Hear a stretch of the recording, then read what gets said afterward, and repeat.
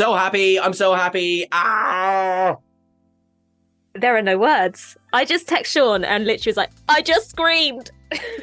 There's so much to say in such a short amount of time because, you know, we know there's so much to do. I just like, here's the big news. Star Trek Prodigy has been picked up by Netflix toward the back end of 2023. Season 1 is going to be available to stream, and 2024 Season 2 is going to be available to stream. So to everyone who has been tweeting along, who has been putting hashtag Save Star Trek Prodigy out there, to the incredible Flying Banner campaign as well, like, again, that was just people, obviously the right people were looking at this stuff. Well done, team.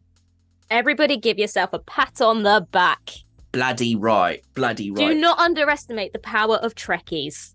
Well, that's it. So obviously everyone in TrekCulture was basically like, you know, kind of, we want to put out. So basically, Chris wanted to make the point as well, which I think is an absolutely fair point. It's like, this, which is amazing news, is further confirmation of what Trekkies can do, because it was, I know people are probably blue in the face hearing about the letter writing campaign back in the late 1960s, spearheaded by Bijo and John Trimble, is what got the original series renewed again. Then you get to the early 2000s, and unfortunately, despite probably as much outcry, it didn't work for Enterprise. But we made the point, Enterprise suffered from the world had changed, so the letter writing didn't have as much impact.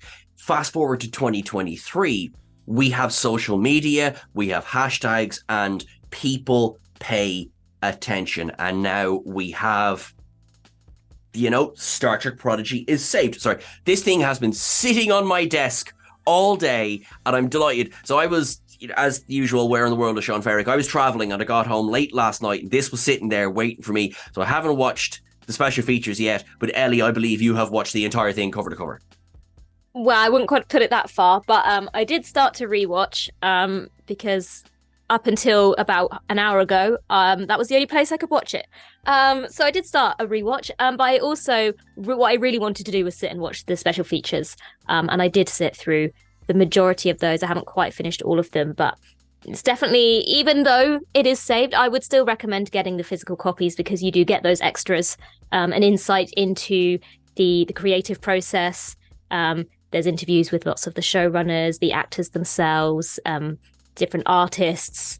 And it's very interesting. I find that some people just want to watch the episode. Personally, I find the behind the scenes stuff so interesting. Like, I'm this person that, like, I bought the extended editions of The Lord of the Rings. Half of it was to watch all the special features, of which I have watched. So I've never watched a documentary so much in my life. But yes, okay, so it's amazing news. The announcement was put out by the Hageman brothers and Alex Kurtzman today on the various socials, because as of the recording of this, I'm not sure where it dropped first, because everyone's sharing screenshots of everything else everywhere. So it's like, but it's out there, right? And it's fabulous news. I'm absolutely delighted. I'm delighted for the creative team. I am delighted for the actors. I am delighted for, you know, I'm delighted for Nami Malumat, who is an amazing composer. So that this work gets to be seen. At this stage, people have, hopefully, touch wood, seen season 1. So, because a few people went, oh my God, what do you mean we have to wait for next year to get new episodes? Remember, season 2 isn't officially finished in terms of post-production yet. It's very nearly there, but the only thing, please Netflix, I know you have a tendency to drop everything in one go. I think that would kill us. I mean, we will do the ups and downs, that's fine. But like, I mean, if that's happening, Ellie, I'm telling you right now, we're alternating. We have to. That is fine. That is fine. I tell you one thing that has come up. I have been asked a few times on Twitter.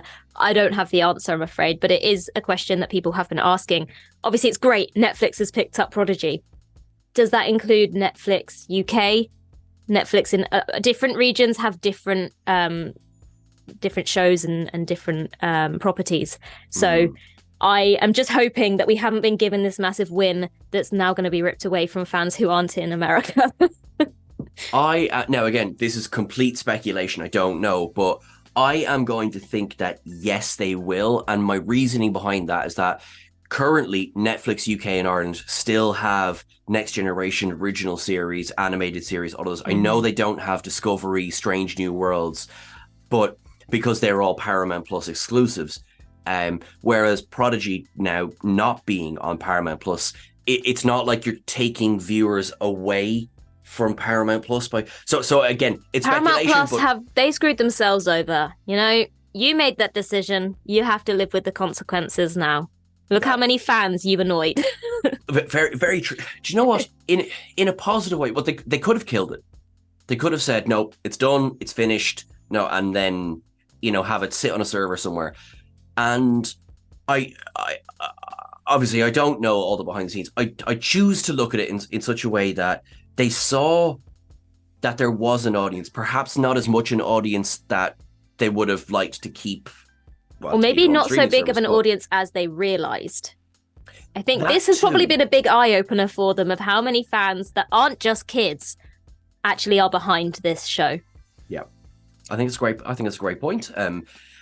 One of the consistent things I saw in the comments, sort of once the original announcement was made, was, I feel really sad I hadn't got around to watching it yet. And I actually, funny enough, I'm not going to down talk anyone who's doing that. Is that I think this is a very happy complaint. We live in a time where there's so much Star Trek to consume that, yeah, I sort of can understand the idea of putting the new one off for a while so that we'll finish Picard or we'll finish Lower Decks. I was one of those people. You know, I watched all of season 1 in a single day because we literally had 3 days after the announcement before it disappeared. And I was one of those people who watched all of it in a single day because I didn't want to miss out on it.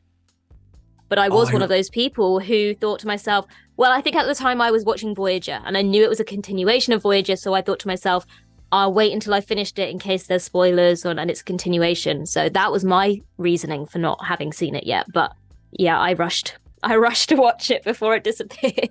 We've seen the clip of Voyager A has been released, so excellent. Looking forward to getting lots of glory shots of that in season 2.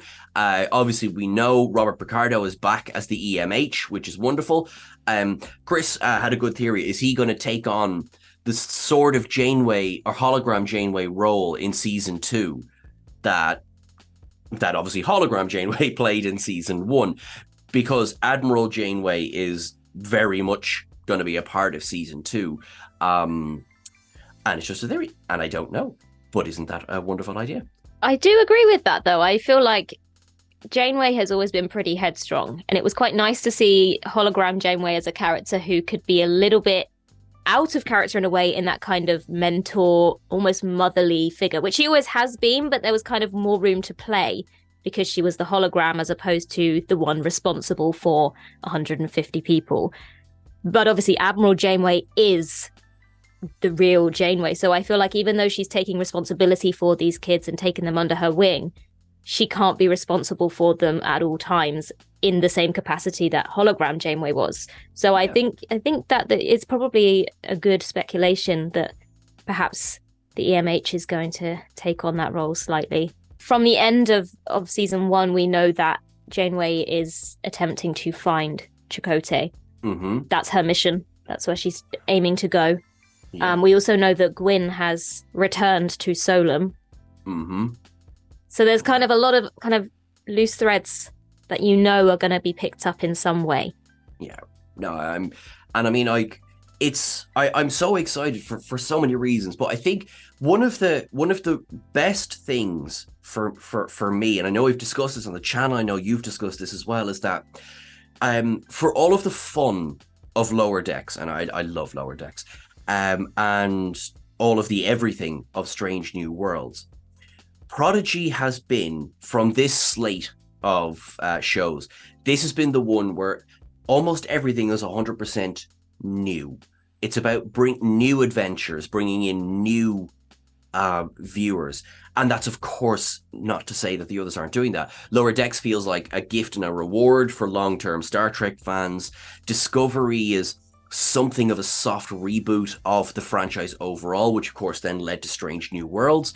We have existing characters. I know we have Janeway in this. This one feels like, while we're going to put it in an existing universe, which is the Star Trek universe, you can jump on from episode 1 having never seen an episode of Star Trek before, and this is a new show that does that. And one of the reasons I love it so much, because I've said this before, you have to do something. You cannot stagnate if you want a franchise to continue, because if you do, you run the risk of franchise fatigue. And yet also, that's new, I'll get to that, like we were saying earlier on. So I could in a way sort of understand why the very thing they needed to do is the one that got some of the lower views. I think one of the things, the greatest elements of it as well, is the fact that it is animation, because it kind of just removes any restrictions that you might have otherwise. In terms of, if you think about the visuals that we've seen, the planets they've created, all of these really impressive things that we've seen, that that even though now television making, live action filmmaking or whatever is way, way, way more advanced than anything they'd say in the 60s, you still have limitations when you're doing something physically, or a massive budget requirement in terms of CGI in post-production. Whereas when something is wholly animation, it's like the sky's the limit. And I think we've seen that in there's some beautiful, beautiful shots in season 1 of Prodigy. Just like, no one from the production is sitting there tweeting out budget costs, but it's been alluded to time and time again that for how good Prodigy looks, they do not have this carte blanche budget that it's like, we can do whatever we want at all times. It's like, no, like they have been, what they've managed to do with, now look, it's more money than I'm going to have in the next few years, but still what they've managed to do with their show's budget has been just incredible. Right. Okay. So you're going to have to bear with me now. So I want you to keep count of these, right? Janeway has been back in Star Trek Prodigy. Chakotay has been back in some form or another in Star Trek Prodigy. Tuvok made a silent cameo in Lower Decks, and of course returned in Star Trek Picard. 7 of 9, Star Trek Picard, Star Trek Legacy, we'll have to see. The EMH, season 2 of Star Trek Prodigy. Tom Paris, Star Trek Lower Decks. Neelix, very short treks. Right, so when can we expect both Torres and Harry Kim to appear in... My money is on, my money is on Harry Kim, and I say that because Roxanne Dawson is like the busiest person on the planet. She's directing a lot of the Apple Series Foundation at the moment, and I might be wrong, and also this could be a misdirect. I think she gave an interview recently where she kind of said, I enjoyed my time in front of the camera. My career is behind it now. Which sounds like something someone had filmed a secret cameo would say, but I think like the time is right for the oldest ensign in Starfleet to return. Yeah. Who knows? We can only hope. The sky's the limit. Like 100%. I kind of want the Delaney sisters to show up.